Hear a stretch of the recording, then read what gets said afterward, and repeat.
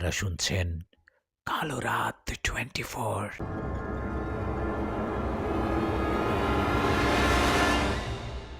আসসালামু আলাইকুম। লেখক মোহাম্মদ নিশাদের ইউটিউব চ্যানেলে সবাইকে স্বাগতম। ঈদের আনন্দ বাড়িয়ে দিতে আজকে হাজির হলাম আয়েশাপুরীর সুন্দর একটা গল্প নিয়ে। গল্পটি শেষ পর্যন্ত শুনতে থাকুন, আশা করি অনেক ভালো লাগবে। আমি এখন চলে যাচ্ছি গল্পে। যারা এখনই চ্যানেলটি সাবস্ক্রাইব করেননি, করে দিন। আমি শুরু করছি আয়েশাপুরীর গল্প। জিনেরা কোথায় থাকে জানিস? সমুদ্র, দ্বীপ ও বন জঙ্গলে। ওরা অদৃশ্য জাতি। ওটাই ওদের রাজ্য, ওদের থাকা জায়গা। আমি তোকে পানির নিচের একদল জিনের গল্প বলি, শোন। সালাম দাদুর কথায় আমি বললাম, ঠিক আছে দাদু, বলো। অনেকদিন পর তোমার মুখে জিনপুরীর গল্প শুনছি, বলো। আমার কথায় সালাম দাদু বলল, সাল 2020। একদিন সকালে আমার কাছে 3জন লোক আসে। আমি ওদের দেখে জিজ্ঞেস করি, কে আপনারা? আমার কথার জবাবে ওরা বলে, আপনি কি সালাম কবিরাজ? ওদের কথার জবাবে আমি মাথা নাড়িয়ে বলি, হ্যাঁ, আমি সালাম কবিরাজ। কথাটা বলতে বলতে ওদের বসতে বলি। আমার কথায় ওরা বসে আর বলে, কবিরা সাহেব, আমরা অনেক বিপদে পড়ে আপনাদের কাছে আসছি। আপনার বেশ নামডাক শুনেছি আমি। আপনি দয়া করে আমাদের সাথে চলুন। আমাদের অপেক্ষায় গ্রামের সবাই অপেক্ষা করছে। আমি ওদের কথা শুনে জিজ্ঞেস করি, আপনারা আসছেন, আমি যাব। যাবার আগে একটু বলুন তো আসল ঘটনাটা কি? তখন আমার কথায় একজন বলে, কি আর বলবো কবিরা সাহেব, আমরা নদী এলাকার মানুষ। আপনি তো জানেন, নদী এলাকার মানুষেরা গোসল করা, জামা কাপড়, থালা বাসন ধোয়ার জন্য নদীর পানি ব্যবহার করে। আমরাও সেরকম। আমাদের গ্রামের পাশ দিয়ে বয়ে গেছে একটা নদী। নদীর একটা জায়গায় একটা ঘাট আছে, সেখানে গ্রামের সবাই গোসল করে। আর সমস্যাটা সেই নদীর ঘাটকে নিয়ে। একদিন 8-10 বছরে 3টা বাচ্চা ভর দুপুরে গোসল করছিল নদীতে। গোসল করার সময় হঠাৎ একটা বাচ্চা ডুবে যায় নদীতে। সেই বাচ্চাটা কিন্তু সাঁতার জানত। সাঁতার জানা সত্ত্বেও পানিতে ডুবে যায়। ওই বাচ্চাটা ডুবে যাওয়ায় বাকি দুটো বাচ্চা ওকে অনেক খোঁজাখুঁজি করে, কিন্তু কোথাও খুঁজে পায় না। ওকে খুঁজে না পেয়ে সেই বাচ্চা দুটো গ্রামে আসে আর সবাইকে খবর দেয়। সেই খবর শুনে সবাই গিয়ে নদীতে ডুবে থাকা বাচ্চাটাকে খোঁজে, কিন্তু কোথাও পায় না। বাচ্চাটাকে খুঁজে না পেয়ে ওর মা বাবা অনেক কান্নাকাটি করে। নিজেদের আদরের সন্তানকে হারিয়ে কে না কান্না করবে বলেন? সে বাচ্চাটিকে সেদিন সারাদিন খোঁজা হয়, কিন্তু কোথাও পাওয়া যায় না। এই ঘটনার 3 দিন পর সেই বাচ্চাটির লাশ ভেসে ওঠে সেখানে। বাচ্চাটির লাশ ভেসে ওঠায় আমরা দেখে ওর শরীর সাদা ফ্যাকাশে হয়ে গেছে। ওকে দেখে মনে হয় ওর শরীরে কোনো রক্ত নেই। কি আর করার, বাস্তবতাকে তো মেনে নিতে হবে। বাচ্চাটির লাশ পাওয়ায় আমরা ওর জানাজা পড়িয়ে কবর দেই। এই ঘটনার 2-1 দিন ভয়ে কোনো বাচ্চা সেই নদীতে গোসল করতে যেত না। আস্তে আস্তে যখন দেখা গেল আর কোনো সমস্যা হচ্ছে না, তখন সবাই আবার আগের মতো সেখানে গোসল করতে থাকে। এভাবে কেটে যায় প্রায় 3টা মাস। এই 3 মাসে কিন্তু আর কোনো সমস্যা হয়নি। 3 মাস পর নদীর সেই জায়গায় আবার 2জন বাচ্চা একই সময় ডুবে যায়। এই বাচ্চা দুটো ডুবে যাবার সময় ওখানে একজন মুরব্বী মানুষ গোসল করছিল। উনি এই বিষয়টা দেখেন। উনি বাচ্চা দুটোকে ডুবে যেতে দেখে সবাইকে ডাক দেয়। সবাই এসে বাচ্চা দুটোকে খোঁজে, কিন্তু ওকে কোথাও পান না। ওদের না পেয়ে সবার মাঝে কান্নাকাটি রোল পড়ে যায়। 2টা বাচ্চাকে হারিয়ে সবার মাঝে একটা আতঙ্ক ছড়িয়ে পড়ে। আগের বাচ্চাটার মতো এবারও ঠিক 3 দিন পর সেই বাচ্চা দুটোর লাশ ভেসে ওঠে। বাচ্চা দুটোর লাশ ভেসে ওঠায় সবাই দেখে এই বাচ্চা দুটোর শরীরেও ফ্যাকাশে হয়ে গেছে। ওদের শরীরে মনে হয় 1 ফোঁটা রক্তও নেই। বাচ্চা দুটোর এমন অবস্থা দেখে গ্রামের অনেকেই সন্দেহ করে। ওরা বলে, এদের মৃত্যু স্বাভাবিক কোনো মৃত্যু না। এদের শরীর দেখে এমনটা মনে হচ্ছে না। তখন আমি ওদের কথা শুনে বলি, আপনারা কি কোনো কবিরাজ বা হুজুরকে ডাকেননি? আমার কথায় ওরা বলে, ডেকেছি। বাচ্চা দুটোর লাশ পাবার পর আমরা গ্রামের সবাই মিলে একজন কবিরাজকে ডেকে নিয়ে আসি। সেই কবিরাজ এসে আমাদের সবার মুখে ঘটনা শুনে সেই নদীর পাড়ে যায়। সেখানে গিয়ে উনি বলে, একটা বড় দড়ি নিয়ে আসুন। ওনার কথা মতো দড়ি নিয়ে আসা হয়। তখন উনি সেই দড়ি ওনার কোমরে বাঁধে। আর কয়েকজন বলে, আপনারা এই দড়িটা ধরে রাখুন, আমি এখন পানিতে ডুব দিব। আমি যখন এই দড়িটা পানির নিচ থেকে টান দিব, তখন আপনারা আমাকে টেনে তুলবেন। সেই কবিরাজের কথায় আমরা বলি, কেন আপনি পানিতে ডুব দিবেন কেন? আমাদের কথা সেই কবিরাজ জানায়, এই নদীর পানির নিচে জিনেরা থাকে। সেই জিনেরাই বাচ্চা দুটো, আগের বাচ্চা মোট 3টা বাচ্চাকে মেরে ফেলছে। আমি পানিতে ডুবে ওদের জগতে যাব আর সরাসরি ওদের সাথে কথা বলবো। এই বলে উনি পানিতে নামে আর ডুব দেন। উনি ডুব দেওয়ার পর প্রায় ১ ঘন্টার বেশি কেটে যায়, কিন্তু উনি নিচ থেকে কোনো দড়ি টানতেন না। এভাবে কেটে যায় ৩টা ঘন্টা। ৩ ঘন্টা পর সবাইকে অবাক করে দিয়ে সেখানে ভেসে ওঠে সেই কবিরাজের লাশ। কবিরাজের লাশ এভাবে হঠাৎ ভেসে ওঠায় ভয়ে শুরুতে কেউ নদীতে নামতে সাহস করে না, কিন্তু ওনাকে তো উপরে তুলতে হবে, তাই কিছুক্ষণ পর ওনাকে টেনে উপরে তোলা হয়। উপরে তোলার পর গ্রামের সবাই মাঝে আতঙ্ক ও ভয় আরও বেশি চেপে বসে। সবাই সেই কবিরাজকে তার বাড়িতে রেখে আসে। এই ঘটনার পর গ্রামের আর কেউ ভয়ে সেই নদীতে গোসল করতে যায় না। এভাবে কেটে যায় ১টি মাস। আগেই তো বলছিলাম আমাদের গ্রামের সবাই নদী ছাড়া অচল। তাই ১ মাস পর আবার একজন দুজন করে সেই নদীর ঘাটে আবার গোসল করতে শুরু করে। ওদের দেখা দেখি আস্তে আস্তে আবার সবাই আগের মতো নদীতে গোসল করতে থাকে। এভাবে কেটে যায় আরও ১ থেকে ১.৫ মাস। কবিরাজ মারা যাবার ঠিক ৩ মাস পর আমাদের গ্রামের আরেকটা বাচ্চা সেখানে ডুবে যায় ও ৩ দিন পর ওর লাশ ভেসে ওঠে। এরপর সবাই বুঝতে পারে এখানে ৩ মাস পর পর কেউ না কেউ ডুবে যায়। এই বাচ্চারা ডুবার পর আমরা আরও অন্য কবিরাজের কাছে গিয়েছি, কিন্তু কেউ ওটার সমাধান দিতে পারেনি। আমরা যেই কবিরাজকে নদীর পাড়ে নিয়ে আসি না কেন, সেই এসে বলে আমি এই কাজ করতে পারবো না, এখানে যারা থাকে তারা অনেক শক্তিশালী, আমি ওদের সাথে পারবো না। এভাবে বেশ কয়েকজন কবিরাজের কাছে ঘোরাঘুরি করার পর একজন কবিরাজ আপনার ঠিকানা দিল। ওনার কাছে ঠিকানা নিয়ে আসলাম আপনার কাছে। এখন আপনি না করবেন না, দয়া করে আমাদের সাথে চলুন। সালাম দাদুর মুখে এসব ঘটনা শুনে আমি বললাম, তারপর কি হলো দাদু? তুমি কি গেলে তাদের সাথে? আমার কথা জবাবে দাদু বললেন, না, না গিয়ে কি আর উপায় আছে? ওরা কত আশা নিয়ে আসছিল আমার কাছে। আমি সেদিন ওদের অনুরোধে ওদের গ্রামে যাই। আমি ওদের গ্রামে যাবার পর যাদের বাচ্চা এতদিন মারা গেছে তারা সহ অনেকেই কান্না করতে থাকে। আমি ওদের কান্না দেখে বলি, আপনারা কান্না করবেন না, আমি দেখি কি করতে পারি। আল্লাহর রহমতে আমি আপনাদের উপকার করার চেষ্টা করব। এই বলে আমি ওদের সাথে নদীর ঘাটে যাই। সেখানে গিয়ে জায়গাটা দেখি। আমি জায়গাটা দেখে বুঝতে পারি এখানে যারা আছে তারা সাধারণ কেউ না। বিষয়টা ভয়ঙ্কর কিছু হবে জেনেও আমি সবাইকে বলি, আপনারা কোনো চিন্তা করবেন না, আমি কালকে আবার আপনাদের গ্রামে আসব আর কাল ওখানে থাকা জিনদের হাজির করে কথা বলবো। এই বলে আমি সেদিনের মতো বাড়িতে চলে আসি। বাড়িতে আসার পর সেদিন রাতের ঘটনা, আমি বাজার থেকে বাড়িতে ফেরার সময় আমার পেছন থেকে কেউ একজন বলে ওঠে, সালাম, দাঁড়াও। কেউ আমার নাম ধরে ডাকায় আমি পিছনে ঘুরে তাকাই। পিছনে তাকিয়ে দেখি একটা ছায়া আমার পিছনে দাঁড়িয়ে আছে। আমি ছায়াটা দেখে ভয় না পেয়ে বললাম, কে আপনি? না, আমার কাছে কি চাইছেন? আমার কথায় সেই ছায়াটা বলে, সালাম, তোমার সাথে একটু কথা বলতে আসলাম। তুমি আজকে যে গ্রামে গিয়েছিলে সেখানে আর কখনো যাবে না। তুমি হয়তো আমার কথা শুনে বুঝতে পারছো আমি কে। আমি এই নদীতে থাকা জিন। আমি তোমাকে সাবধান করতে আসলাম। তুমি যদি আমার কথা না শুনে যদি ওখানে কালকে যাও, তাহলে কিন্তু বাকি কবিরাজদের মতো তোমারও ক্ষতি হবে। এই বলেই সেই জিনটা চলে যায়। ও চলে যাওয়ার পর আমি বাড়িতে চলে আসি। আমি একজন কবিরাজ, তাই এসব বিষয় আমার আগে থেকে জানা। জিনেরা এরকম নানা বাধা সৃষ্টি করে, ওদের কথায় ভয় পেলে চলে না। সেই জিনটার কথায় আমি কোনো ভয় পাই না, কোনো ভয় না। পরের দিন সন্ধ্যায় আমি আবারও সেই গ্রামে যাই। সেখানে যাবার পর গ্রামের সবার মাঝে একজন মানুষের শরীরে আমি সেই জিনকে হাজির করি। সে জিন হাজির হবার পর আমাকে বলে, সালাম, তোকে কাল এত করে মানা করার পরও তুই কেন আসলি? সে জিনের কথায় আমি বলি, আমার কথা ছাড়, তোকে যে জন্য হাজির করছি সেটা বল। তুই গ্রামের বাচ্চাদের এভাবে ডুবিয়ে মেরে ফেলিস কেন? কিন্তু আমার কথা সে জিন কিছু না বলেই চুপ করে থাকে। তখন আমি আমার পড়া পানি ওর উপরে ছিটিয়ে দিলে তখনও বলে, সালাম, সাহস দেখাবি না বলে দিলাম। আমরা নদীর ওইখানে থাকি অনেক বছর হলো। কেউ যদি আমাদের ডিস্টার্ব করে তাহলে তাকে মেরে ফেলি। কিসের ডিস্টার্ব? ওটা গ্রামের মানুষের ঘাট, সবাই ওখানে গোসল করে। তোদের থাকতে ডিস্টার্ব হলে তোরা অন্য কোথাও যা। তখন সেই জিন বলে, বললাম না আমরা ওখানে থাকি অনেক বছর ধরে, আমাদের ওখান থেকে কেউ সরাতে পারবে না। ওর কথায় আমি বললাম, আচ্ছা তোরা কয়জন থাকিস ওখানে? তখন ও বলে, আমরা 7 জন থাকি ওখানে।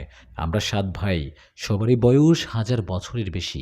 আমি তোর কাছে জবাব দিতে আসিনি, তোকে শুধু এটাই বলবো, এখান থেকে চলে যা। আর আমাদের কাছে কেউ ডিস্টার্ব করলেই তাকে মরতেই হবে। সেই জিনের কথায় আমি বলি, তুই বললে কি হবে নাকি? তোরা 7 জন হোস আর 10 জন হোস, এটা আমার দেখার বিষয় না। আমি শুধু জানি তোরা ওই জায়গা থেকে চলে যাবি। আমার কথা সে জিন বলে, তোর সাহস দেখে আমি অবাক হই সালাম। তুই আমাদের হুমকি দিস, আমাদের বিষয়ে ভালোভাবে জেনে তারপর কথা বলতে আসবি, নইলে তোর সাথে তোর বংশ নির্বংশ করে দেব। এই বলে তখনকার জন্য সেই জিনেরা চলে যায়। ওরা চলে যাবার পর আমি গ্রামের সবাইকে বলি, আপনারা কেউ ভয় পাবেন না, আমি এর শেষ দেখেই ছাড়ব। আমি কালকে সন্ধান আবার আসব, আর কাল হবে ওদের শেষ দিন। কাল আমি ওদের বন্দি করে ছাড়ব। কথাটা বলে আমি বাড়ির দিকে আসতে থাকি। রাত তখন 10টা হবে। আমি বাড়ির দিকে আসার সময় 6টা জিন আমার সামনে এসে দাঁড়ায়। আমি ওদের দেখে ভয় না পেয়ে উল্টো তাদের বলি, দেখ, আমার সামনে দাঁড়াবি না, বাড়িতে যেতে দে। আমার কথায় 6জন জিনের মধ্যে বড় জিনি উনি আমার দিকে এগিয়ে এসে বলে, সালাম, তোকে এতবার না করার পরেও কেন আমাদের সাথে লাগতে গেলি? তুই কি আমাদের বিষয়ে ভালোভাবে জানিস? ওখানে খুব তো বড় বড় কথা বলছিলি, এখন কোথায় যাবি? ওদের কথায় আমি বলি, আমাকে ভয় দেখিয়ে পার পাবি ভাবছিস? আজকে তো ক্ষমতা দেখিয়ে ওখান থেকে চলে আসছি, কাল দেখব তোদের কত শক্তি। কাল আমাদের কথা না শুনলে বন্দি করব তোদের। আমার কথা কিন্তু শুনতে হবে কাল, নইলে বন্দি হবি তোরা। আমার কথায় ওরা বিকট শব্দে হাসতে থাকে আর বলে, বন্দি? আমাদের বন্দি করবি? না রে, তোকে অনেক সাবধান করছি, কিন্তু কিন্তু তুই কবিরাজি বন্ধ না করে কবিরাজ তুই বারবার আমাদের কথার বিরুদ্ধে গিয়ে কাজ করছিস। কথাটা বলে বড় চিন্তা হাত উপরে তুললেন, আর সাথে উপর থেকে ধপাস করে আমার সামনে পড়লেন আমার ছেলের লাশ। আমার ছেলেকে ওরা মেরে ফেলছে। ছেলেটাকে মেরে আমার সামনে ফেলে বলল, তোর সাহসের ফল পেলি তো? এরপরও যদি কাল ওখানে যাবার সাহস করিস তো তোর পুরো পরিবার শেষ করে দিব। এ বলে সে জিনেরা চলে যায়। ওরা চলে যাওয়ার পর আমি আমার ছেলের লাশ জড়িয়ে ধরে কান্না করতে থাকি, আর সেখান থেকে ওকে বাড়িতে নিয়ে আসি। বাড়িতে আসার পর আমার স্ত্রী তো দাদিও অনেক কান্না করতে থাকে। দাদু, 1 মিনিট তোমার ছেলে তো অসুস্থ হয়ে মারা গিয়েছিল, আমি এমনটাই শুনছিলাম। আমার কথায় সালাম দাদু বললেন, ওটা সবাই জানে। আসলে আমিও তোর দাদি সবাইকে এটাই বলেছিলাম, ও অসুস্থ হয়ে মারা গেছে, কিন্তু সত্যিটা হলো সেই জিনেরা আমার ছেলেটাকে মেরে ফেলেছে। ওরা আমার ছেলেটাকে মেরে ফেলার পর আমি ওদের উপর অনেক রাগ করি, আর চিন্তা করি পরের দিন আমি আবার যাব আর ওদের বন্দি করব। এই ভাবনায় আমি বড় বাবা জিনকে ডাকি। আমার ডাকে বড় বাবা জিন আসলে আমি ওনাকে সব ঘটনা খুলে বলি। সব শুনে বড় বাবা জিন বলে, সালাম, সবসময় সাহস দেখানো তো ঠিক না। তোমার ছেলের জন্য খারাপ লাগছে। তোমার ছেলের জন্য খারাপ লাগছে ঠিক, তোমার আমার সাথে আগে কথা বলে ওদের কাছে যাওয়া উচিত ছিল। ওরা পানির নিচে জিন, ওদের বয়স অনেক আমার মতো, আর ওরা আপন 7 ভাই। একজন দুজন হলে তাও কথা ছিল। বড় বাবা জিনের কথায় আমি বলি, তাহলে এখন কি করব? আমি কি আমার ছেলে হত্যার প্রতিশোধ নিব না? আপনি কি বলেন, আমি কাল আবার ওইখানে যাব নাকি? আমার কথায় বড় বাবাজিন বলেন, দেখো সালাম, আমি তোমাকে সাহায্য করতে পারি, এতে কোনো সমস্যা নেই। কিন্তু সমস্যা হবে তখন যখন তুমি ওদের বন্দি করতে গিয়ে পরিপূর্ণভাবে পারবে না। মানে ওদের 7জনের মধ্যে যদি একজন বাকি থাকে, সে একজন পরে সে তোমার ক্ষতি করবে। তোমার সেই 7জনকেই একসাথে বন্দি করতে হবে, আর 7জনকেই একসাথে বন্দি করা এত সহজ নয়। শেষমেশ আমি একটা কথাই বলবো, তুমি ওখানে যেও না। বড় বাবা জিনের কথায় আমার অনেক খারাপ লাগে। আমি ওনার কথা মেনে নেই। তখন উনি চলে যায়। নিজের সন্তানের লাশ আমি কাঁধে নিয়েছি। সন্তানকে হারানোর যন্ত্রণা আমাকে আজও কাঁধায়। কিন্তু কাউকে বলতে পারি না। হৃদয় কান্নাটা আজও কাঁদছি আমি। কথাগুলো বলার সময় দাদুর চোখে পানি এসে যায়। এদিকে দাদুর চোখে পানি দেখে আমারও চোখে পানি আসে। আমার অনেক খারাপ লাগে। তখন দাদু বলে, আমি জীবনে অনেক জিন পরী দেখিয়েছি, ছাড়িয়েছি, অনেককে বন্দি করেছি, কিন্তু এই কাজটায় আমি পুরোটা করতে পারিনি। পরের দিন সেই গ্রামের লোকেরা আমার কাছে আসে, কিন্তু আমি ওদের না করে দেই। আমি ওদের বলি, আপনারা আপনাদের গোসল করার ঘাট অন্য কোথাও করুন। আগে যেখানে গোসল করতেন, এখন সেখানে গোসল না করে নদীর অন্য কোথাও করুন। আমার কথায় ওরা চলে যায়। এভাবে কেটে যায় 5 বছর। আমি তোকে এই গল্পটা কেন বললাম জানিস? কারণ আজ 5 বছর পর সেই গ্রামের সেই লোকেরা আবার আমার কাছে আসছে। ওরা কাল আসছিল আমার কাছে, ওরা আসায় আমি জিজ্ঞেস করি ঘটনাটা কী। তখন ওরা বলে, কবিরাজ সাহেব, আমরা আপনার কথা মতো আমাদের গোসল করার ঘাট নদীর অন্য স্থানে করি। নতুন ঘাটে গোসল করতে কোনো সমস্যা হচ্ছিল না। কয়েকটা মাস ভালোই চলছিল। 1 বছর পর থেকে নতুন ঘাটেও সমস্যা হয়। ওখানে ওখানে বাচ্চারা হারিয়ে যেতে থাকে। আমরা নদী এলাকার মানুষ, নদী ছাড়া কেমনে চলবো? শুরুতে সমস্যা কম হলেও ইদানিং বেশি সমস্যা করছে। কিছুদিন পর পর বাচ্চারা ডুবে মারা যাচ্ছে। এরকম হলে এরকম হলে কিভাবে বাঁচবো আমরা? গ্রাম তো আস্তে আস্তে শেষ হয়ে যাবে। ওদের কথায় আমি ওদের কি বলবো বুঝতে পারিনি। আমি ওদের বলি আমি অসুস্থ, তাই আমার কিছুদিন সময় লাগবে। আপনারা অন্য কবিরাজ দেখেন। আমার কথায় ওরা অনেক জোরাজুরি করেও কোনো লাভ হয় না। আমি ওদের চলে যেতে বলি, ওরা চলে যায়। সালাম দাদুর কথায় ওনাকে বললাম, তাহলে কি ভাবছো? তুমি কি ওখানে যাবে না? আমার কথায় দাদু বললেন, না যাব না। দাদুর কথা জবাবে আমি বললাম, দাদু তুমি যাবে, তোমাকে যেতে হবে। তোমার সন্তানের হত্যার প্রতিশোধ তুমি নেবে। আমার কথায় দাদু কিছু বলতে না পেরে বললেন, কি বলিস? কিছুই তো বুঝতে পারলাম না। দাদুর কথায় আমি বললাম, সেটা সময় হলে জানতে পারবে। আমি এখন বাড়িতে চাই। কথাটা বলে বাড়ির দিকে যেতে লাগলাম। তখন দাদু পিছন থেকে ডাক দিয়ে বলল, তোদের কি খবর, বাচ্চা কাচ্চা কি নিবি না? দাদুর কথায় আমি মুচকি একটা হাসি দিয়ে বললাম, আর বাচ্চা, এখনও মা বাবা জানে না আমারও আয়শাপুরীর কথা। আমি সালাম দাদুর ওখান থেকে বাড়িতে গেলাম। বাড়িতে গিয়ে আমার রুমে যেতেই দেখলাম আয়শাপুরী বসে আছে। ছোট করে একটা কথা বলি, অনেক হয়তো আমার এই গল্পটা নতুন শুনছেন, তাদের বলি, আয়শাপুরী আমার বউ। আয়শাপুরীর হাতে একটা বিশেষ চুড়ি আছে, যেটার শক্তি অনেক। ওর চুড়িটার জন্য সহজে কোনো জিনপরি ওর সাথে যুদ্ধে পারে না। আশাপুরি আমার বউ, এই কথা শুধু সালাম দাদু জানে, আমার মা বাবা এখনও জানে না। আশাপুরীকে নিয়ে অনেক গল্প আছে এই চ্যানেলগুলোতে, শুনে নেবেন। অনেক ভালো লাগবে আশা করছি এই চ্যানেলে আছে। যাই হোক, এখন গল্পে ফিরি। আমি রুমে গিয়ে আশাপুরীকে দেখার পর বললাম, মহারানী আপনি ঘরে কি করছেন? আমার কথায় আশাপুরী আমার দিকে তাকিয়ে বলল, এটা বুঝি শুধু তোমার একার ঘর? আমার না বুঝি, এটা আমারও ঘর। হ্যাঁ হ্যাঁ, তোমারও ঘর। আচ্ছা মহারানী, আমার জন্য কি রান্না করছেন? আমার কথায় তখন আশাপুরী বলল, আমি বুঝি রান্না করি? রান্না তো করে তোমার মা। আমি তো এখনও অদৃশ্যভাবে থাকি। আমি যে তোমার বউ সেটাই তো এখন ওদের বলনি। আমি গিয়ে বলি, কেমন? দাঁড়াও, না না প্লিজ যেও না। মা বাবা তোমাকে দেখেই তো জ্ঞান হারিয়ে যাবে ভয়ে। যেও না, আমি সময় করে বলবো একদিন। আমার কথায় পরি বিছানায় বসে বলল, ঠিক আছে। না বললেও আমি কোনো একদিন ওদের সামনে আসব। এদিকে তখন মা আমার রুমে আসলেন। রুমে এসে বললেন, কী রে কবিরাজ, কোথা থেকে ফিরলি? ঘরে এসে আমার সাথে আবার কার সাথে কথা বলছিস? ভূতের সাথে কথা বলিস নাকি? ভূত না মা, পরী। মা বলে, কি পরী মানে? আমি বলি, আরে না মা, মানে এমনি মজা করলাম। যাও আমার জন্য ভাত নিয়ে আসো, ভাত খাবো, ক্ষুধা পেয়েছে। আমার কথায় মা ভাত আনতে গেলেন। এদিকে আমার কাণ্ড দেখে আশাপুরী হাসছে আর বলছে, মাকে বলে দিতা আমি কে। আশাপুরী অদৃশ্যভাবে বসে আছে। মা ওকে দেখতে পাচ্ছে না আমি ছাড়া। মা খাবার ঘরে গিয়ে খাবার নিয়ে এসে আমাকে দিয়ে চলে গেলেন। তখন আমি বিছানায় বসে বসে খাবার খেতে লাগলাম। আর আয়েশাকে বলল, নাও হাঁ করো। আয়েশাকে এটা বলাতে আয়েশা তখন একটা মুচকি হাসছে। আমার কথা জবাবে ও বলল, না তুমি খাও। এটা কিভাবে হয়, তুমি বসে থাকবা, আমি তোমাকে দেখিয়ে দেখিয়ে খাবো বুঝি? এক মিনিট, আমার ফ্রিজে মিষ্টি আছে। কথাটা বলে ফ্রিজে রাখা মিষ্টিগুলো ওকে খেতে দিলাম। আর আমি ভাত খেতে খেতে বললাম, আয়েশা শোনো না, একটা কথা জানার ছিল। আমাকে পানির নিচে জিনদের সম্পর্কে বলো তো, ওরা নাকি অনেক শক্তিশালী হয়। আমার কথাই ও বলল, কেন হঠাৎ এসব জানতে চাইছো কেন?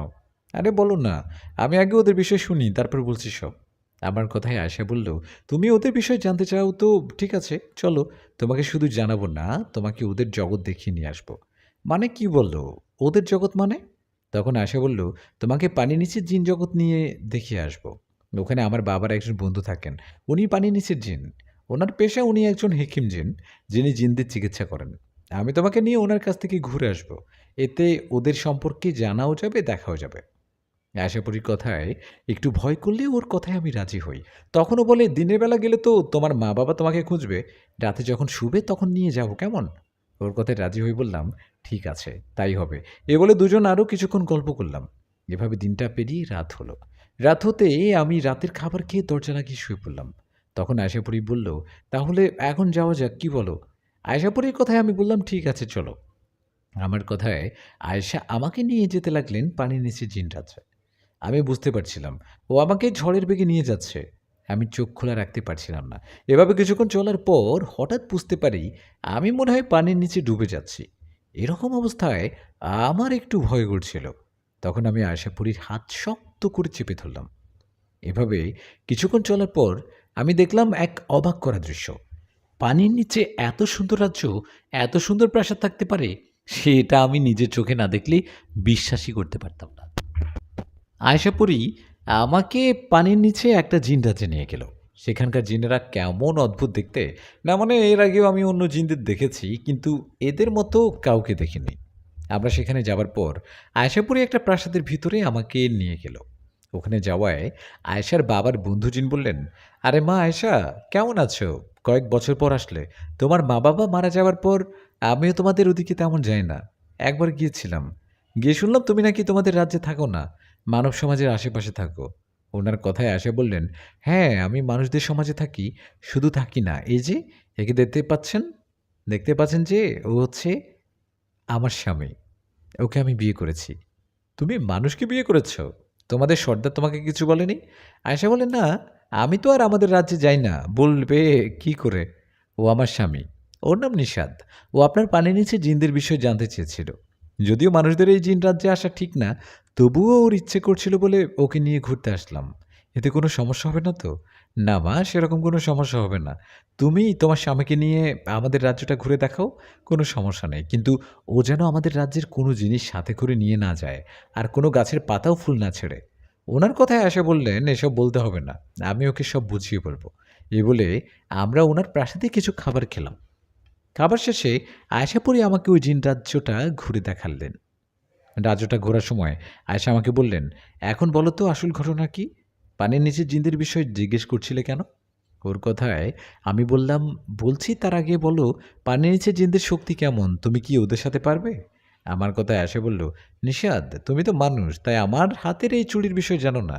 আমার সাথে সে জিন পারবে না। পুরো দুনিয়াতে যত জিন আছে তাদের মধ্যে অল্প কিছু জিন আছে, তাদের সাথে আমি পারবো না। এছাড়া বাকি যত জিনের কথা বলো না কেন, কেউ আমার সাথে পারবে না। আমার যত যত চুড়ি আছে যার কাছে, সে পারবে, কারণ ওর শক্তিও আমার শক্তি সমান সমান। আয়েশার কথায় আমি বললাম, বুঝতে পারছি। আয়েশা, তোমাকে একটা কাজ করতে হবে। আমার কথায় ও মুচকি একটা হাসি দিয়ে বলল, সালাম দাদুর জন্য নাকি? ওর কথায় ওর দিকে তাকিয়ে বললাম, এত তাড়াতাড়ি খবর কিভাবে পাও? সবই তো জানো দেখছি। আয়েশা, সালাম দাদুর জন্য অনেক খারাপ লাগছে আমার। তুমি জানো, আমরা গ্রামবাসীরা জানি সালাম দাদুর ছেলে অসুস্থ হয়ে মারা গেছে, কিন্তু না, ওকে একদল জিনেরা মেরে ফেলছে। আমি সালাম দাদুকে এর আগে কখনো কাঁদতে দেখিনি, কিন্তু আমাকে গল্পটা শোনানোর সময় কান্না করে ফেলেছে দাদু। অনেক কষ্ট পেয়েছেন উনি। আমি সালাম দাদুকে এর আগে কখনোই তো এভাবে কাঁদতে দেখিনি।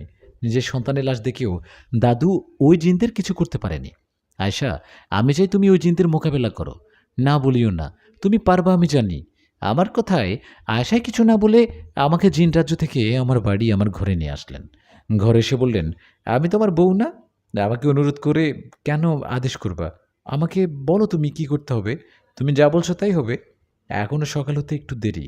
তুমি একটু ঘুমাও।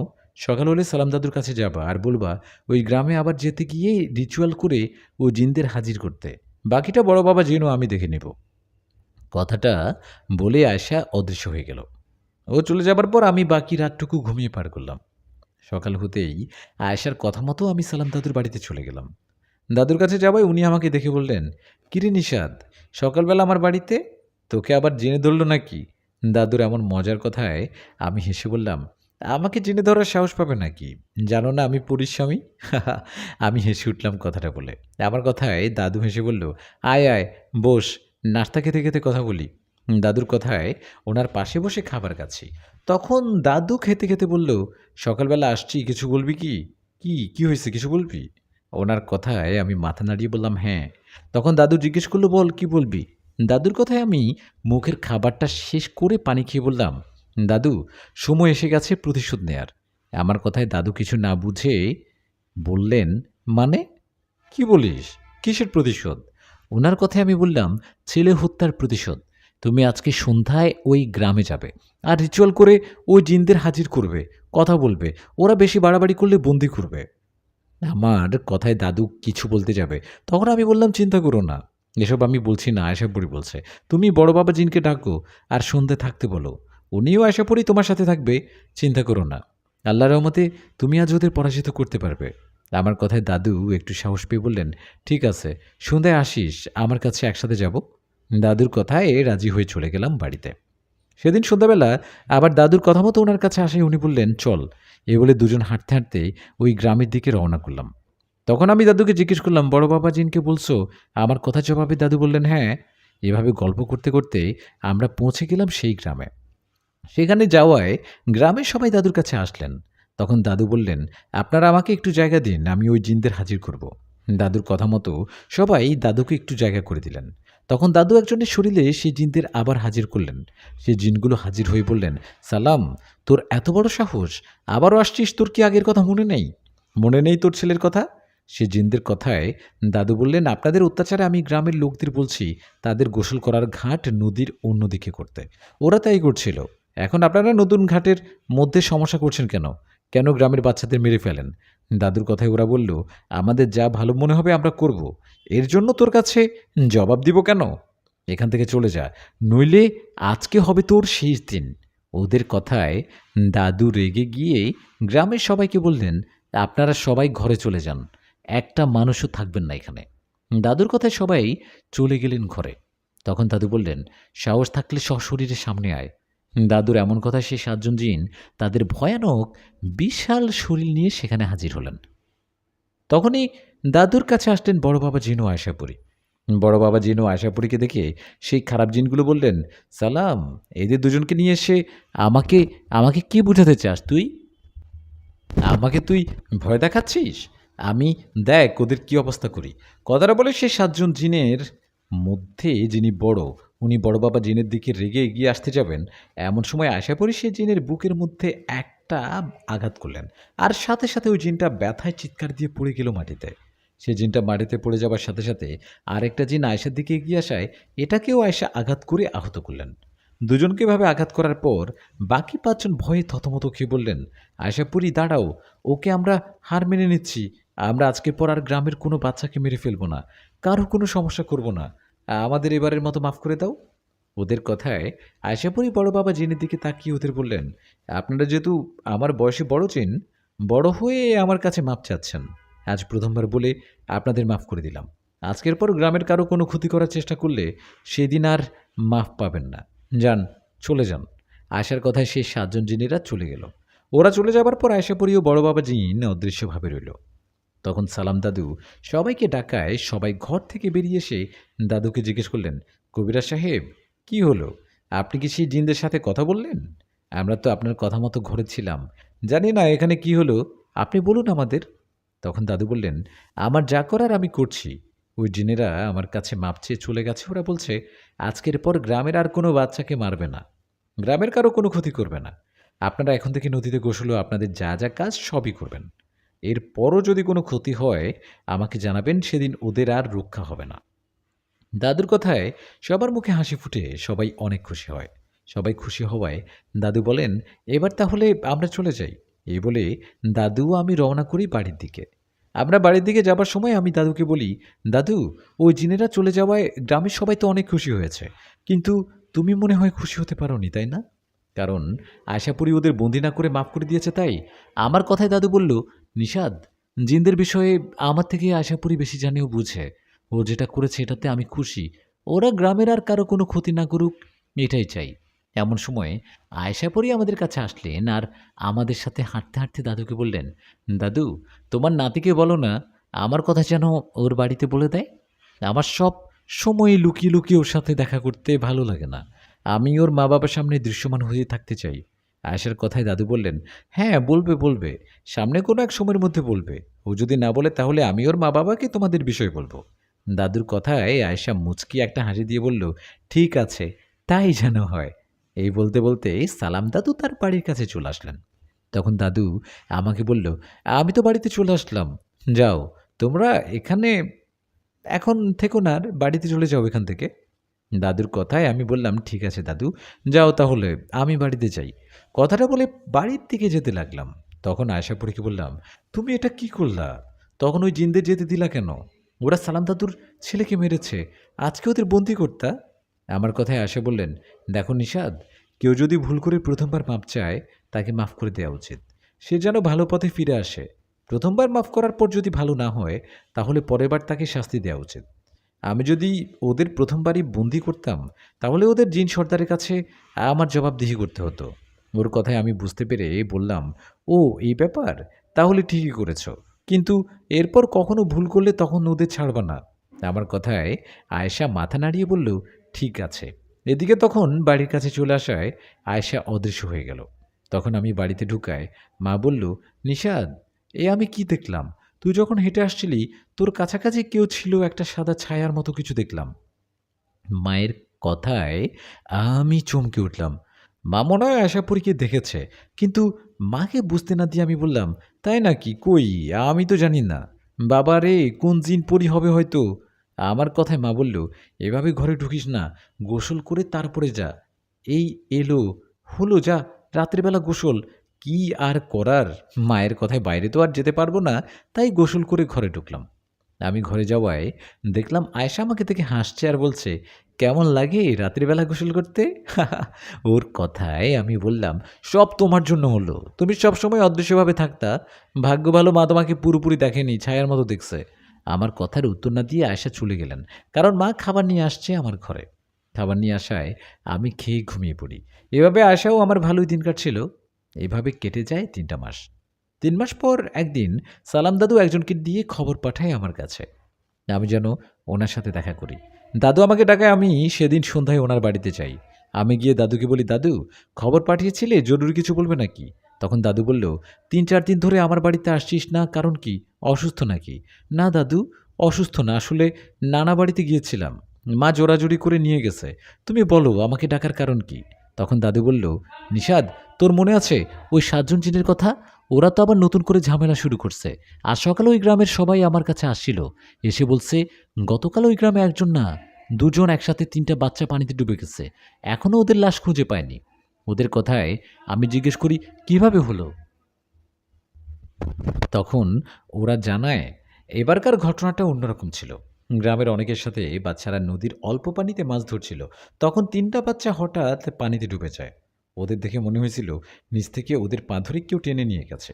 এমন কথা শুনে আমি আয়শাপুরীকে বললাম, আয়শা, সামনে আসো। ও আমার পাশে অদৃশ্যভাবে ছিল। ওর সামনে আসায় আমি সব বলতে যাব, তখনও বলল, বলতে হবে না, আমি সব শুনেছি। হ্যাঁ, সব শুনেছ, তাহলে বলো এখন কি করব? ও জিনদের এবার কি শাস্তি দিবা?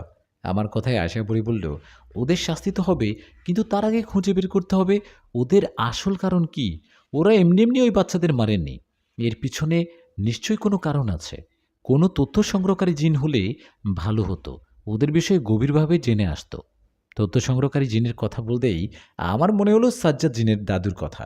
তখন আমি দাদুকে বললাম, দাদু, সাজ্জাদ জিনের দাদু হলো তথ্য সংগ্রহকারী জিন। আমি সাজ্জাদ জিনকে ডাকি, দেখি ওরা আসে কিনা। কথাটা বলে আমি অনেকদিন পর সাজ্জাদ জিনকে স্মরণ করি। আমার ডাকে কিছুক্ষণ পর সাজ্জাদ জিন আসে।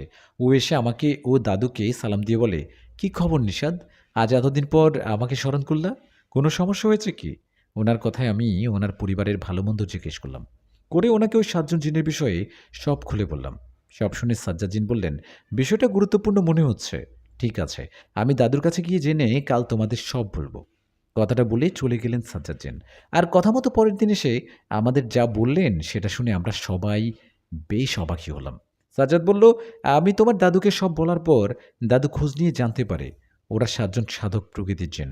ওরা ভালো না, ওরা প্রতি 3 মাস পর পর একটা করে বাচ্চাদের ধরতো আর তাদের শরীরের সমস্ত রক্ত দিয়ে পূজা করত। ওগুলো করলে ওদের শক্তি বেড়ে যেত। ওদের লক্ষ্য ছিল 10জন বাচ্চাকে মারা। ওরা ওদের প্ল্যান মতো সেটাই করছে। আস্তে আস্তে ওরা 10টা বাচ্চাকে মারতে সক্ষম হয়। ওরা আগে যেমন শক্তিশালী না হলেও এখন ওরা অনেক শক্তিশালী। সেদিন আশাপুরি ওদের বন্দি করা বা মেরে ফেললে ভালো হতো। ওরা সেদিন আশাপুরীর কাছে এমনি এমনি মাপ চায়নি, ওটা ওদের প্ল্যান ছিল। ওরা জানতো এখন ঝামেলা করা ঠিক হবে না, তাই মাপ চেয়ে চলে যায়। আর 3 মাস পর বাকি 3টা বাচ্চাকে মারার মাধ্যমে 10টা বাচ্চাকে মারা পূর্ণ হয়। এখন ওরা অনেক শক্তিশালী হয়ে গেছে। সাজ্জাদ্দিনের কথায় আশাপুরি, সালাম দাদু ও আমি সবাই অবাক হই। এদিকেই তখন আশাপুরি বলে, ওদের সেদিন ছেড়ে দিয়ে ভুল করেছিলাম, এখন তো ঝামেলায় পড়ে গেলাম মনে হয়। তখন সালাম দাদু বললেন, এখন তো ওদের বিষয়ে সব জেনে গেলাম, এখন কাল আমি ওদের আবারও হাজির করব, আর ওদের কাল কঠিন বিচার হবে। দাদুর কথায় সাজ্জাদ জিন বললেন, কবিরাজ সাহেব, ওই 7 ভাই জিন এখন অনেক শক্তিশালী, আপনাদের এখন ওদের হাজির করতে হবে না। ওরাই এখন আপনাদের ক্ষতি করার চেষ্টা করবে। আপনাদের ক্ষতি করার জন্য ওরাই খুঁজবে আপনাদের। তাই এখন থেকে সবাই সাবধানে থাকবেন। ওর কথায় আমি বললাম, সাজ্জাদ ভাই, কি বলেন এসব? তাহলে উপায় কি? আশাপুরি কি তাহলে এখন ওদের সাথে পারবে না? আমার কথায় জবাবে সাজ্জাদ জিন বলল, নিশাদ, তোমার বউ আশাপুরীর শক্তি অনেক। ওই ৭ জন জিন যতই শক্তিশালী হোক, আয়েশাপুরীর সাথে পারবে না। এখানে একটা বিষয় বলি, সব সময় কিন্তু শক্তি দিয়ে সব জয় করা যায় না। কারো যেমন শক্তি থাকে, তার দুর্বলতার জায়গাও থাকে। ওরা ৭ জন জিন, ওরা ৭ জন কিন্তু সহজে একসাথে আয়েশাপুরীর সামনে আসবে না। এখন ধরো আয়েশাপুরী যদি ওদের একজন বা দুজনকে ধরে আঘাত করে বা মেরে ফেলে, তাহলে ওর বাকি ভাইগুলো এসে তোমাকে বা তোমার মা বাবা ও সালাম কবিরাজকে মেরে ফেলবে। ওরা ৭ জন ৭ দিকে থাকবে। শেষমেশ একটা কথাই বলবো, তোমরা ওদেরকে ডাকো।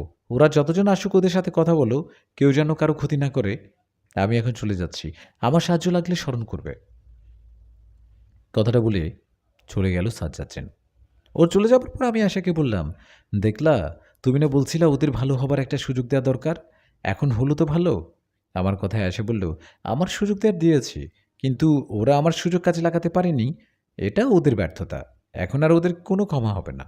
এই বলে আয়শাপুরী সালাম দাদুকে বললেন, দাদু, আপনি কাল আবার ওই গ্রামে যাবেন আর ওদের হাজির করার চেষ্টা করবেন। আশাপুরীর কথা শেষ হতে না হতে আমাদের সবাইকে অবাক করে দিয়ে সেখানে চলে আসলো ওই ৭ জন জিন। ওরা এসে আমাদের চারিদিকে ঘিরে দাঁড়িয়ে রইলেন। এই দৃশ্য দেখে আমি আয়শাপুরীর কাছাকাছি গিয়ে দাঁড়ালাম। তখন সেই জিনদের মধ্যে বড় জিনটা কথা বলে উঠলেন। ও বললেন, আয়শাপুরী, এখানে কি নিয়ে আলোচনা করছিস? আমাদেরকে আবার হাজির করার কথা ভাবছিলি মনে হয়? তোদের আর কষ্ট করতে হবে না। আমরা চলে আসছি খোঁজ করে করে তোদের। এখন পারলে কিছু কর। ওনার কথায় সালাম দাদু বললেন, আপনারা তো সেদিন বললেন গ্রামের আর কারো কোনো ক্ষতি করবেন না। তাহলে কেন আবার ৩টা বাচ্চাকে হত্যা করছেন? দাদুর কথায় ওই জিনটা বললেন, আমার কাজ হাসিল করতে আমরা আমাদের কাজ করেছি। আমাদের একটা সাধনা ছিল, আমরা শয়তানের পূজা করতাম। এতে প্রতি ৩ মাস পর পর বাচ্চাদের রক্ত লাগতো। ১০টা বাচ্চার রক্ত দিয়ে আমরা আমাদের কাজ করে শয়তানকে খুশি করে নিজেদের অনেক শক্তিশালী করি। এখন আমরা অনেক শক্তিশালী। শোন আশাপুরী, সেদিন তোকে কিছু বলিনি, আজ বলছি, এখন থেকে আমাদের পিছনে লাগতে আসবি না। তাহলে তাহলে কি করবি? কি করতে পারবি আমার? আশাপুরী রাগান্বিত কথায় সেই জিনটা বলল, তোকে কিছু করতে পারবো না ঠিকই, কিন্তু তোর স্বামী ও তোর পরিবার এদের ছাড়বো না। যে কোনো সময় এরা আমাদের হাতে মারা যাবে। আর তোদের কি হবে? আমার স্বামীও তার পরিবার বা সালাম দাদুর পরিবার, এদের কাউকে মেরে তোরা বেঁচে থাকতে পারবি? পারবি না। এদের কারো কোনো ক্ষতি হলে ভয়ঙ্করভাবে মৃত্যু হবে তোদের। তাই আমার স্বামীও তার পরিবারের কারো ক্ষতি করার চেষ্টা করবি না। মনে রাখবি, এটা একটা পরীর, তার স্বামীও তার পরিবারের প্রতি ভালোবাসা, পরীর ভালোবাসা। পরীর কথায় সেজিন বলল, তোর এই ভালোবাসা কতদিন থাকে সেটাই দেখব। তুই জানিস না কার পেছনে লাগছিস? আমরা ৭ ভাই কখনো হারিনি। আমাদের সাথে যুদ্ধ কেউ কখনো পারেনি। কেউ হারছে না, হারতে জানি না আমরা। কিন্তু আমি আশা করি আল্লাহর রহমতে ছাড়ব না। তোদের মতো শয়তান প্রকৃতির জিন আমার কিছুই করতে পারবে না। সেদিন অনুরোধ করছিলে বলে ছেড়ে দিয়েছিলাম, কিন্তু আর না। আজকের পর ওই গ্রামে কারো কোনো ক্ষতি বা নিশাদের পরিবারের কোনো ক্ষতি করার চেষ্টা করবি তো জীবন হারাবি। আর একটা কথাও শুনতে চাই না, চলে যায় এখান থেকে। আয়েশার কথায় ওরা বলল, আয়েশা পড়ি, শক্তি পেয়ে সেদিন আমাদের আঘাত করেছিলি, আজকে আমাদের অপমান করলি। আমরা তোর দেয়া আঘাত ও অপমানের কথা ভুলব না, মনে থাকবে তোর কথা। এ বলে চলে গেল সে জিনরা। ওটা চলা চেবার পর আয়েশা আমাকে বলল, নিশাদ, চলো বাড়ি চলো, এখানে থাকা ঠিক হবে না। কথাটা বলে আয়েশা সালাম দাদুকে বললেন, দাদু, সাবধানে থাকবেন। আপনার পুরো বাড়িটাও আপনাদের শরীর সবসময় বন্ধ রাখবেন। কথাটা বলে আয়েশা পরিও আমি বাড়ির দিকে যেতে লাগলাম। এমন সময় আয়েশা বলল, নিশাদ, এখন থেকে রাত করে কোথাও যাবে না। আমি তোমার বাড়িতে গিয়ে তোমার বাড়িটা বন্ধ করে দিচ্ছি। আমি তো তোমার মা বাবার সামনে যেতে পারবো না, তাই তোমাকে কিছু আমল শিখিয়ে দিচ্ছি। এগুলো পড়ে তোমার মা বাবার শরীর বন্ধ করে দিবা। ওর কথায় আমি কথা না বাড়িয়ে তাই করলাম।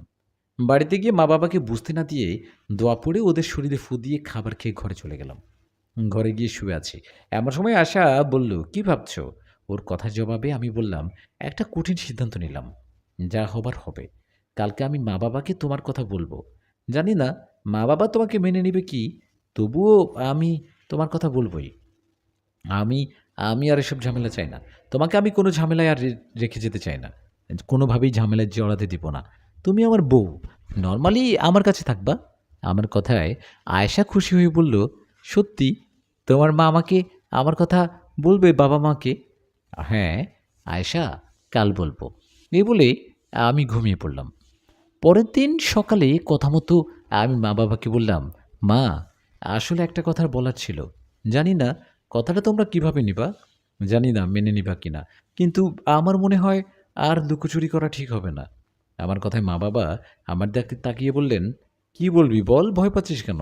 বাবার কথায় আমি বললাম, বাবা, আমি আমি একজনকে পছন্দ করি, ওকে বিয়ে করতে চাই। না মানে বিয়ে করেছি। আমার এমন উল্টোপাল্টা কথায় মা বলল, কি বলিস ভালো করে বল। তখন আমি তোতলাতে তোতলাতে বললাম, আমি একটা মেয়েকে বিয়ে করেছি। আমার কথায় মা আমাকে অবাক করে দিয়ে বলল, আশাপুরীর কথা বলছিস? আরে, তোমরা জানলে কিভাবে? তোমরা কি আশাপুরীকে চিনো? আমার কথায় বাবা বলল, হ্যাঁ জানি। মানে কিভাবে জানো? আমার কথায় মা বললেন, তুই রাত বেরোতে বাড়িতে আছিস, রুমে এসে কার সাথে জানি কথা বলিস। এছাড়াও সেদিন তোর পিছনে কাকে জানি দেখেছি। সব মিলিয়ে সন্দেহ হওয়ায় আমিও তোর বাবা সালাম চাচার কাছে গিয়ে ওনার কাছে সত্যিটা জানতে চাই। তখন সালাম চাচা আমাদের বলে আসল ঘটনা। তোর আর আয়শাপুরীর সব ঘটনা খুলে বলে। সব শুনে আমরা বেশ অবাক হয়েছিলাম, কিন্তু আয়শাপুরীর মা বাবা নেই আর ও অনেক ভালো, তোকে অনেক ভালোবাসে। এরা জানার পর মেনে নিয়েছি। মা বাবার কথায় নিজের শরীরে চিমটি কেটে দেখলাম, এটা কি আসলে সত্যি নাকি স্বপ্ন দেখছি। আমার এমন কাণ্ড দেখে মা বলল, হাতে চিমটি কেটে দেখতে হবে না, এটা সত্যি। এই নিশাদ শুন, আয়শাকে ডাকতো, আমাদের সামনে আসতে বল। মা বাবার কথায় আমি আয়শাকে সামনে আসতে বললাম। আমার কথায় আশা মা বাবার সামনে আসায় মা অবাক হয়ে বলল, মাশাআল্লাহ, কত সুন্দর! পরীরা বুঝি এমনি হয়? কেমন আছো মা? মায়ের কথার জবাবে আশা বলল, আলহামদুলিল্লাহ, ভালো। আপনারা কেমন আছেন? তখন বাবা বলল, আলহামদুলিল্লাহ, আমরাও ভালো আছি।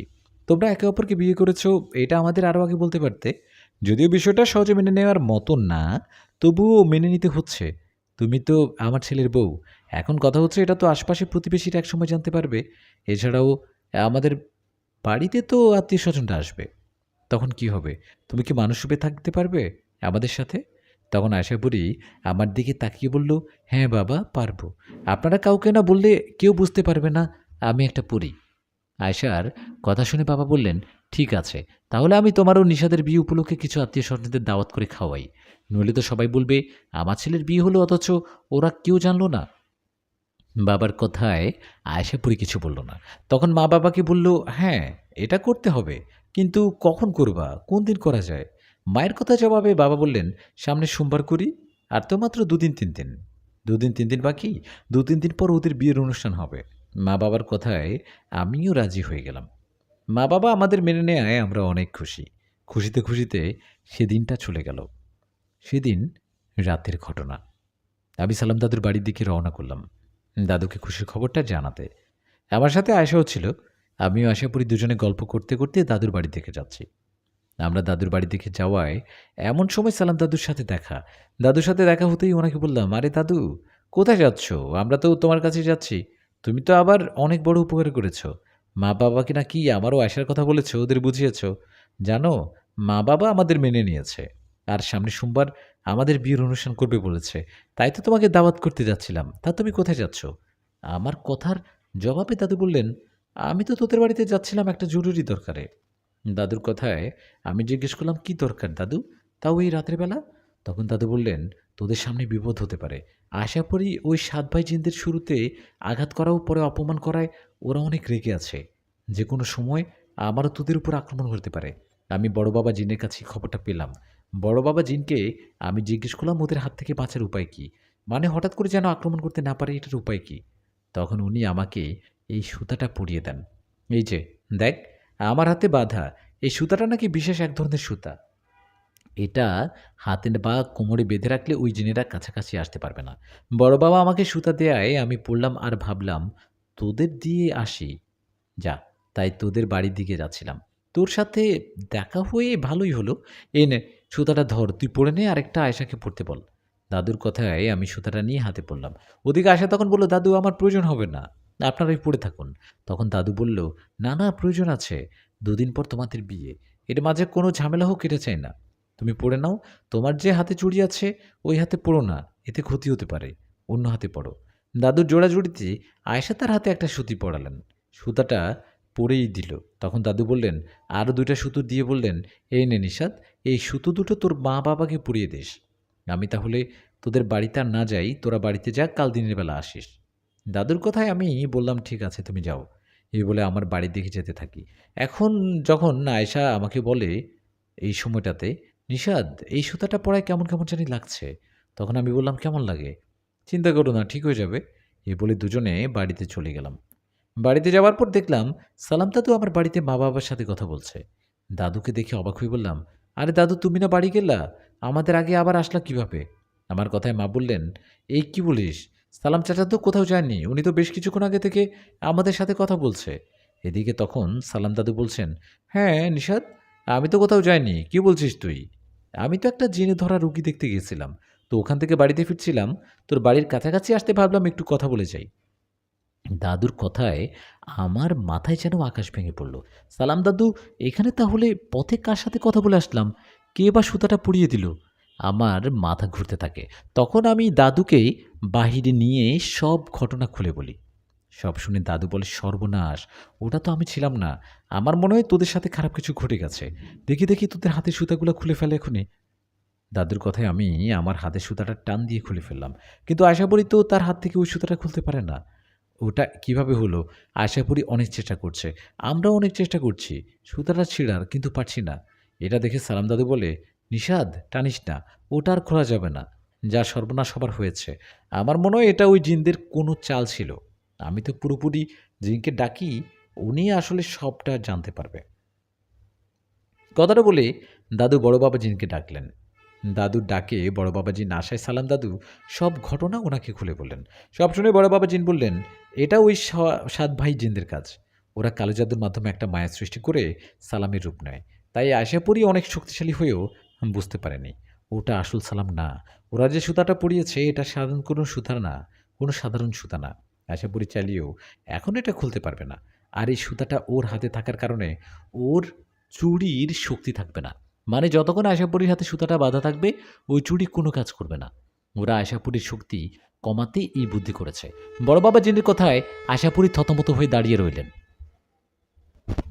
এদিকে আমরাও কথাটা শুনে অবাক। তখন বড় বাবা জিন বললেন, যা ভুল হবার তা তো হয়ে গেছে, এখন এটা থেকে বাঁচার বুদ্ধি বের করতে হবে। আমি আমার গোত্রের অন্য জিনদের জিজ্ঞেস করে দেখি এই সুতাটা খোদার কোনো বুদ্ধি আছে কিনা। তোমরা সাবধানে থেকো। কথাটা বলে চলে গেলেন বড় বাবাজিন। এদিকে সালাম দাদু তখন বললেন, আমাদেরকে এভাবে ধোকা দিবে বুঝতে পারিনি। নিষাদ, আজকে রাতে বাইরে কোথাও যাবি না, তুইও আশা করি বাড়িতে থাকিস। বড় বাবাজিন কোনো খবর নিয়ে আসলে আমি তোকে জানাবো। কথাটা বলে সালাম দাদুও চলে গেলেন। উনি চলে যাবার পর আমি আয়শাকে বললাম, আয়শা চলো ঘরে চলো, আজকে বাইরে কোথাও থাকা যাবে না।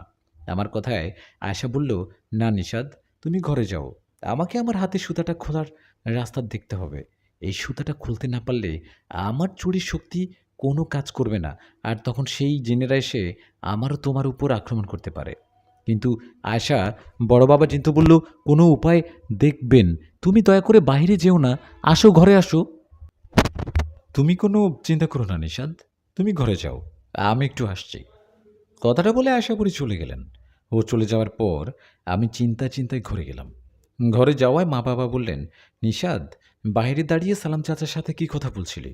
মা বাবা সত্যিটা শুনলে চিন্তা করবে বলে ওদের বললাম, না মা, তেমন কিছু না, আমারও আশাপুরের বিয়ের অনুষ্ঠানের বিষয়ে কথা বলছিলাম। এই বলে ঘরে চলে গেলাম আমি। ঘরে গিয়ে শুয়ে আয়শাপুরীর কথা চিন্তা করছিলাম। ও এখনও আসছে না, ওর চিন্তায় ঘুমও আসছে না। ঘড়িতে তখন রাত 12টা। হঠাৎ বাইরে থেকে আশাপুরীর মতো কারো ডাক শুনলাম। হ্যাঁ হ্যাঁ, আশাপুরীর মতনই তো লাগলো। আমি ডাক শুনে দরজা খুলে বাড়ির বাইরে যাওয়ায় দেখলাম আশাপুরী একটু দূরে দাঁড়িয়ে আছে। আমাকে দেখে আয়শা বলল, নিষাদ, আমার কাছে আসো। ওর কথায় ওর কাছে গিয়ে বললাম, কি ব্যাপার, তুমি এখানে দাঁড়িয়ে আমাকে ডাকছো কেন? ঘরে আসতে পারতা। তখনও বলল, কিভাবে ঘরে যাব বলো, তোমার বাড়িটা যে বন্ধ করা, ওখানে ঢুকতে পারি না বলেই তো এখানে ডাকলাম। আয়শার কথায় অবাক হয়ে বললাম, মানে কি বলো, তুমি না বাড়িটা বন্ধ করলা, এখন তুমি ঢুকতে পারছো না মানে?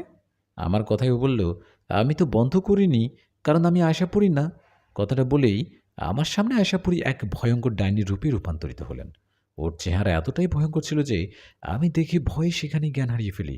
আমি জ্ঞান হারিয়ে ফেলার পর আমার কিছু মনে নেই। আমার যখন জ্ঞান ফেরে তখন থেকে আমি অন্য একটা জায়গায় আমার পাশে আশাপুরী শিকলে বাঁধা। আশাকেও আমাকে ওই ৭ ভাই জিনেরা ধরে নিয়ে আসছে। এদিকে আশা আমাকে দেখে ওই জিনদের বলল, ওকে কেন ধরে নিয়ে আসছিস? ছেড়ে দে ওকে। তোদের শত্রুতা তো আমার সাথে। আমাকে যা ইচ্ছে কর। আমার স্বামী নিষাদকে ছেড়ে দে। আয়েশার কথায় ওই জিনদের মধ্যে একজন বলল, তোকে তো কঠিন শাস্তি দিব, তোর স্বামীকেও ছাড়ব না। মনে আছে আমাকে আঘাত করছিলি?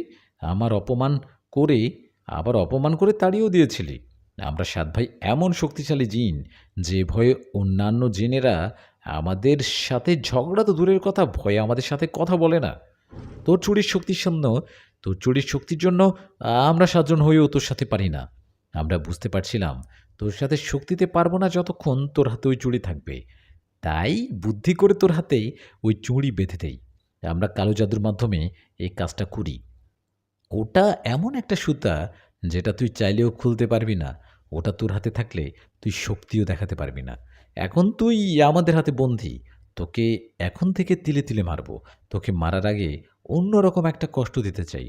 মানুষ কষ্ট পায় বেশি কখন জানিস? যখন তার প্রিয় জিনিসটা না পায় তার প্রিয় মানুষটির অন্য কারো হাতে দেখে। তোর স্বামী নিষাদ এখন থেকে তোর স্বামী থাকবে না। কারণ ওর সাথে বিয়ে হবে আমাদের একমাত্র বোন এলিজার। তোর রূপে নিয়ে নিষাদকে যে এখানে নিয়ে আসছে সে আমাদের বোন। তোর স্বামীকে এখানে এনে তোর সামনে মেরে ফেলতাম, কিন্তু আমার বোন তোর স্বামীকে দেখে পছন্দ করে ফেলছে। ও তোর স্বামীকে বিয়ে করতে চাইছে। ও আমাদেরকে বলেছে আমাদের অনেক আদরে বোন তো সে, তাই আমরা ওর কথা ফেলতে পারিনি। হুম, আমরা একটু পর তোর সামনে তোর স্বামীর সাথে আমার বোন এলিজার বিয়ে দেব। ওর কথা শুনে আয়শাপুরী পাগলের মতো ছটপট করতে লাগলো আর বলল, না, এমনটা করবি না, এমনটা করবি না তোরা। নিশাদ আমার স্বামী, ওর সাথে তোদের বোনের বিয়ে দিস না, ছাড় আমাকে। আয়েশার কথায় সেজিন বলল, তোকে তো কোনোভাবেই ছাড়বো না। এলিজা, এদিকে আয়। জিনের ডাকে সেখানে এসে উপস্থিত হলেন সেই এলিজা পরী। ওর চেহারা কেমন ভয়ঙ্কর ছিল, চোখের পাতাগুলো কালো কালো, দেখলেই কেমন ভয় লাগে। ভাইয়ের ডাকে সেই এলিজা পরী এসে চাবুকের মতো কিছু একটা দিয়ে আয়েশাপুরীকে ২-৩ বার আঘাত করল আর বলল, আমার ভাইয়ের আঘাত করছিলি তাই না? সেদিন কথাটা শুনে তোর উপরে অনেক রাগ হয়েছিল, খুব তো শক্তি দেখিয়েছিলি। এখন কোথায় গেল তোর শক্তি? কোথায় তোর ক্ষমতা? তোর স্বামী এখন থেকে আমার হবে, আমার। কারণ আজকেই ওকে বিয়ে করব আমি। ভাই, আমার বিয়ের আয়োজন করো। এদিকে কথাটা শুনে আমি চিৎকার করে বলতে থাকি, না, আমি আপনাকে বিয়ে করব না, কখনো করব না। আমার কথায় সেই পরী আমার দিকে এগিয়ে এসে আমার গালে সজোরে একটা থাপ্পড় দিয়ে বলল, আমি যা বলি তাই করি। তোকে শুধু একটা কথাই বলবো, আমাকে বিয়ে না করলে তোর বউ আয়েশা পরী ও তোর মা বাবা কেউ বেঁচে থাকবে না। সবাইকে এক মুহূর্তে মেরে ফেলবো। ওর কথায় আমি কি বলবো বুঝতে পারছি না। তখনও জিনেরা বলতে শুরু করলো, আমরা বিয়ের আয়োজন করছি, তুই কোনো চিন্তা করিস না বোন। কথাটা বলে ওরা ওদের মতো করে কোনো কোনো জিনদের জানি ডাকলো এখানে। ডাকার পর ওরা সবাই মিলে গোল হয়ে বসে পূজা করতে লাগলো কিসের যেন। এদিকে তখন আমি আয়শাপুরীর দিকে তাকিয়ে কান্না করে ফেললাম। আয়শাকে ওরা অনেক মেরেছে। আয়শাপুরী আহত হয়েও আমার দিকে তাকিয়ে বলছে, নিষাদ, ভয় পেও না, তোমার কিছু হবে না, আল্লাহর উপর ভরসা রাখো। এভাবে বেশ কিছুক্ষণ চলে গেল। একসময় ওদের পূজা শেষ হলো। ওদের পূজা শেষ হলে আমাকে নিয়ে একটা জায়গায় বসালো তারা। তারপর সেই ভয়ঙ্কর পরীকে আমার পাশে বসিয়ে আমাদের বিয়ের কাজ শুরু করলো। সেই ভয়ঙ্কর পরীটা আমার পাশে বসিয়ে আমাদের বিয়ের কাজ শুরু করলো। তখন আয়েশা পরী শিকলে বাঁধা। ও ছটপট করছে আর বলছে, বন্ধ করুন, এসব বন্ধ করুন। আয়েশার ছটপট করা দেখে আমি উঠে দাঁড়িয়ে ওর কাছে যাব, তখন জিন আমাকে ধরে আটকে দিল। আমাকে আয়েশার কাছে যেতে দিচ্ছিল না। এদিকে তখন সেখানে বড় বাবা জিন, সাজ্জাদ জিন ও সালাম দাদু চলে আসলো। ওরা এসে বড় বাবা জিন ও ৭ ভাই জিনকে বলল, আপনারা কেন এটা করছেন? নিষাদ ও আশাপুরী একে অপরকে বিয়ে করছে অনেক আগে। এখন আপনারা জোরাজুরি করে আপনার বোনের সাথে নিষাদের বিয়ে কেন দিচ্ছেন? বড় বাবা জিনের কথা শুনে ওদের মধ্যে বড় জিনটা বলল, আমরা আয়েশাপুরীর শক্তির যে অহংকার সেটা ভেঙে দিতে চাই। আয়েশাপুরী আমাদের অনেক অপমান করেছে, আঘাত করেছে। আমরা কি সেই আঘাতের প্রতিশোধ নিব না? অবশ্যই নিব। আমরা আয়েশাপুরীর শক্তি থেকে শুরু করে ওর আপন মানুষ, ওর স্বামীকেও কেড়ে নেব। আপনি আমাদের মতো একজন বয়স্ক জিন, তাই আপনাকে শুধু একটা কথাই বলবো, এখান থেকে চলে যান, নইলে আয়েশাপুরীর সাথে সাথে আপনার প্রাণটাও হারাবেন। ওনার কথায় বড় বাবা জিন বললেন, বাঁচা মারা আল্লাহর হাতে। আমি মৃত্যুকে ভয় পাই না। আল্লাহ যখন আমার মৃত্যু লিখেছেন তখনই হবে। আমি আপনার বোনের সাথে নিশাদের বিয়ে হতে দিব না। বড় বাবা জিনের কথায় উনি রেগে গিয়ে বললেন, তুই কি মরতে চাস? আমাদের দেখে কি ভয় করে না তোর? আমাদের বিষয় কি জানিস না? তখন বড় বাবা জিন বলল, তোরা তো শয়তানের পূজা করিস। আল্লাহর শক্তির কাছে শয়তানি শক্তি কিছুই না, তুচ্ছ। তোরা তো 7 জন, আমি একা। সাহস থাকলে 7 ভাই না এসে তুই একা আমার সাথে এসে লড়াই কর দেখ। বড় বাবা জিনের এই কথা শুনে সেই জিন বলল, কি? আমাকে অপমান? আয় দেখি তোর কত শক্তি। আমি তোর সাথে একাই লড়ব। কথাটা বলে বড় বাবা জিন ও সেই 7 ভাইয়ের মধ্যে বড় জিনেই সেই জিনের যুদ্ধ লাগলো। চলছে দুই জিনের ভয়ঙ্কর লড়াই। কখনো বড় বাবা সেই জিনকে আঘাত করে তো কখনো সেই জিন বড় বাবা জিনকে আঘাত করে। এভাবে কিছুক্ষণ চলার পর বড় বাবা জিন সেই জিনকে অনবরত আঘাত করতে থাকে।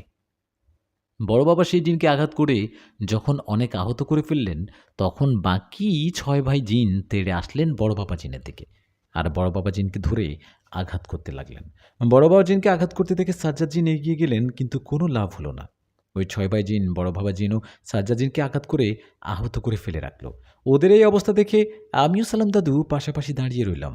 তখন সেই জিনেরা বলতে লাগলো, আমাদের রাজ্যে এসে আমাদের সাথে লাগতে আসা, এখন তোদের সামনে আমাদের বোনের বিয়ে হবে।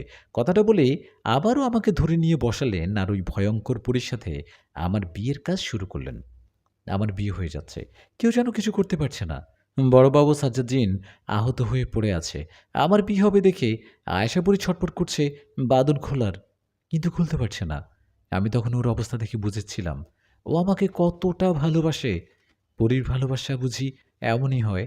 আমার বিয়ে হবে এমন সময় আয়েশাপুরি চিৎকার করে বলতে লাগলো, আমাকে মেরে ফেলো, আমি এই দৃশ্য দেখতে পারবো না। আমাকে আগে মেরে ফেলো, তারপর ওদের বিয়ে দাও। কথাটা বলেই কান্না করতে লাগলেন আয়েশা। তখন সেই জেনেরা বললেন, তোকে আগে মারব না, তোর সামনে ওদের বিয়ে দিব। ওদের বিয়ে দিব তোর সামনেই। ওদের বিয়ে দেখে তোর কষ্ট হবে, এতেই তো মজা। আমরা তো এটাই চাই। এই, এদের বিয়ের কাজ শুরু করো।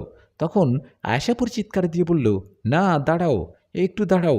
তোমরা নিশাদের সাথে তোমাদের বোনের বিয়ে দিও না।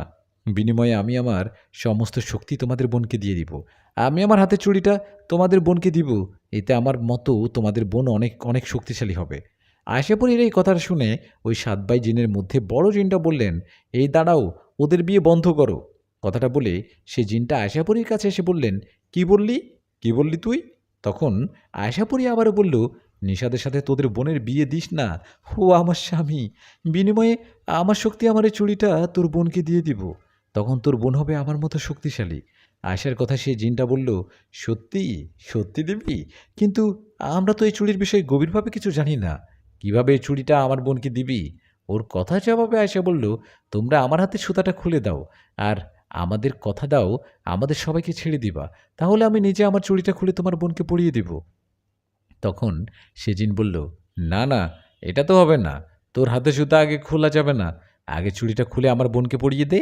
ওর কথা শুনে আয়েশা বললেন, আমার হাতে সুতাটা না খুললে ওই চুড়িটা খোলা যাবে না, আর ওটা কাজও করবে না। এটা তো জানো নাকি? তখন সে জিনটা বললেন, সুতাটা খুললে যদি আমার বোনকে চুড়িটা না দিস, তাহলে ওনার কথার জবাবে আয়েশা বললেন, তোমাদের ভাইয়ের মধ্যে দুজন আমার হাতের চুড়িটা ধরে রাখো, আর একজন আমার এই হাতের সুতাটা খুলে দাও। সুতাটা খোলার সাথে সাথে আমার হাতের চুড়িটা খুলে ফেলবা। কিন্তু কথা এটাই, আমাদের সবাইকে কিন্তু ছেড়ে দিতে হবে।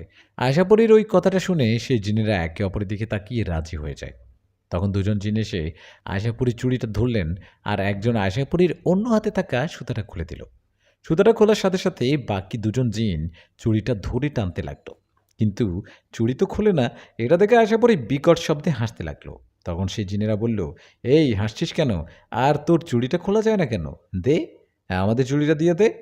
তখন আয়েশাপুরী বলল, ওরে বোকার দল, তোরা কি জানিস না এই চুড়িটা খোলা যায় না? তোরা 7 ভাই কেন, শত শত জিন আসলেও এটা খুলতে পারবি না। আমাকে ধোকা দিয়ে সুতাটা পরিয়েছিলি না? আমি তোদের ধোকা দিয়ে সেটা খুলে নিলাম। সুতা খুলেছিস, আমার চুরির শক্তি ফিরে আসছে। কথাটা বলে আয়শাপুরী তার শরীরে বাঁধা শিকল এক টান দিয়ে খুলে ফেলল। এটা দেখে সেই 7 ভাই জিন আয়শাপুরীকে ঘিরে ধরল আর বলল, আমাদের ধোঁকাতে আজকে হবে তোর শেষ দিন, তোকে আজ এখনই মেরে ফেলবো। ওদের কথায় আয়শা বলল, শয়তানের দল, বাঁচা মরা সব ওই আল্লাহর হাতে। একটা কথা মনে রাখ, আল্লাহর শক্তির কাছে শয়তানি শক্তি কিছুই না। তোরা তো 7 জন, তোদের মতো 700 জিন আসলেও আমার কিছুই করতে পারবে না। কথাটা বলেই এক মুহূর্তে আয়শাপুরী সেই জিনদের পিটাতে লাগলো। আয়শাপুরীর আঘাতে সেই জিনেরা চিৎকার করতে লাগলো। আয়শাপুরী অনেক রেগেছিল। বেশ কিছুক্ষণ ওদের যুদ্ধ চলে, আর কিছুক্ষণের মধ্যে আয়শাপুরী ওদের মারতে মারতে আধমরা করে ফেলে। এমন অবস্থায় সেই জিনেরা আয়শাকে বলে, আয়শাপুরী, আমাদের মেরে ফেলো না, আমাদের ছেড়ে দাও। তখন আয়শা বলে, তোদের একবার সুযোগ দিয়েছিলাম, না ভালো হবার কই, ভালো হবার তো কিছুই হলো না। তোরা ভালো হলি না, উল্টো আমার স্বামীকে কেড়ে নেয়ার বুদ্ধি করলি। তোদেরকে আর মাফ করা যাবে না। কথাটা বলে আশাপুরী ওই 7 জন জিনকেই মেরে ফেললেন। সব ভাইয়ের মৃত্যু দেখে ওর বোন ভয়ে কাঁপতে থাকে। এমন সময় আশাপুরী ওর কাছে গিয়ে দাঁড়ায়। তখন সেই পরীটা আয়শাপুরীর কাছে মাপ চাইতে থাকে আর বলতে থাকে, আয়শাপুরী, আমাকে মাফ করে দাও, ক্ষমা করো আমাকে। সেই পরীর কথায় আয়শাপুরী ওই পরীটার গালে এমন জোরে একটা থাপ্পড় দিলেন যে ও ধপাস করে পড়ে গেল। তখন আয়শাপুরী বলল, আমার স্বামীকে থাপ্পড় দিয়েছিলি না, দেখ এখন কেমন লাগে। কথাটা বলে সেই পরীর একটা হাত ভেঙে দিলেন আর বললেন, তোর ভাইদের মতো তোকেই জানে মারলাম না, ভালো হবার একটা সুযোগ দিলাম, যা চলে যা। তখন সেই জিন পুরীর এই ঘটনাগুলো অন্যরকম হয়ে গেল। শক্তিশালী 7 ভাই আর একটি বোন, 7 ভাই মারা গেল আর পুরীটা প্রাণের ভয়ে সেখান থেকে পালিয়ে গেল। ও পালিয়ে যাবার পর আয়শাপুরী বড় বাবা জিন ও সাজ্জাদ জিন সালাম দাদু ও আমাকে নিয়ে সালাম দাদুর বাড়িতে চলে আসলেন। সেখানে আসার পর আয়শা বড় বাবা জিন ও সাজ্জাদ জিনকে বললেন, নিজের জীবনের ঝুঁকি নিয়ে আমাকে ও নিষাদকে বাঁচাতে যাওয়ার জন্য আপনাদেরকে অনেক ধন্যবাদ। আপনাদের উপকার কখনো ভুলবার নয়, কখনো ভুলব না। কালকে আমারও নিষাদের বিয়ের অনুষ্ঠান, আমি চাই আপনারা আমাদের বিয়েতে থাকুন। আয়েশার কথায় বড় বাবা জিন ও সাজ্জাদ জিন বললেন, ঠিক আছে, তাই হবে, আমরা থাকব। কথাটা বলে ওরা চলে গেল। ওরা চলে যাবার পর সালাম দাদু আমাদের বললেন, নিষাদ, বাড়িতে গেলে তোর মা বাবা অনেক কথা বলতে পারে, তোরা কোথায় গিয়েছিস? তখন দুজনে একই কথা বলবি, দুজনে বলবি জিন রাজ্যে গিয়েছিলি আশাপুরীর কিছু বন্ধুদের দাওয়াত করতে। দাদুর কথায় আমি বললাম, ঠিক আছে দাদু, সেটাই বলবো। তুমি কাল সকালে দাদিকে নিয়ে চলে আসো কিন্তু। হ্যাঁ হ্যাঁ, সকাল সকাল যাব, এখন যা, সাবধানে বাড়িতে যা। দাদুর কথায় আমি ও আয়েশা দুজনেই গল্প করতে করতে বাড়ির দিকে যেতে লাগলাম। আমরা অনেক খুশি ছিলাম, কারণ মা বাবা আমাদের মেনে নিয়েছে। কাল আমাদের বিয়ের অনুষ্ঠান। আমরা গল্প করতে করতে বাড়িতে গেলাম। তখন মা বাবা আমাদের জিজ্ঞেস করায় দুজনেই একই কথা বলি যে আমরা জিন রাজ্যে গিয়েছিলাম। আমাদের কথায় মা বাবা কিছু বলে না। পরের দিন কথা মতো আমারও আয়শাপুরীর বিয়ের অনুষ্ঠান হয় ছোটোখাটোভাবে। আমাদের যত আত্মীয় আসছিল সবাই আয়শাপুরীকে দেখে পছন্দ করেছিল, কিন্তু কেউ একবারের জন্য বুঝতে পারেনি আয়েশা কোনো মানুষ না, ও একটা পরী। আমাদের বিয়ের অনুষ্ঠানে বড় বাবা জিন, সাজ্জাদ জিন ও আরও 2-1 জন জিন পরী আসছিল। আমিও সালাম দাদু তাদের জন্য অন্য রুমে খাওয়ার ব্যবস্থা করে দেই। ছোটোখাটোভাবে অনেক খুশিতে আমারও আয়েশাপুরীর বিয়ে হলো। এখন আমরা বাসর ঘরে বসে আছি। আয়েশা আমার পাশে বসে, আমি গল্পটা লিখছি। আমার গল্প লেখা দেখা আয়েশা বলল, এই যে তোমার গল্প লেখা কি হলো? হুম, এবার শেষ করো তো। বিয়ের অনুষ্ঠান তো হলো আমাদের, তাই না? হ্যাঁ, বিয়ের অনুষ্ঠান তো হলো, বাসর ঘরের কথা লিখতে হবে না। আয়েশা বলে, আরে না না, ওসব বলা যাবে না, গল্পটা শেষ করো। ঠিক আছে, শেষ করি তাহলে। প্রিয় লিসেনার, কেমন লাগলো আয়শাপুরীর গল্পটি কমেন্ট করে জানাতে ভুলবেন না। এতে স্পেশাল আরেকটা গল্প সামনে নিয়ে হাজির হব। ততক্ষণ পর্যন্ত ভালো থাকবেন।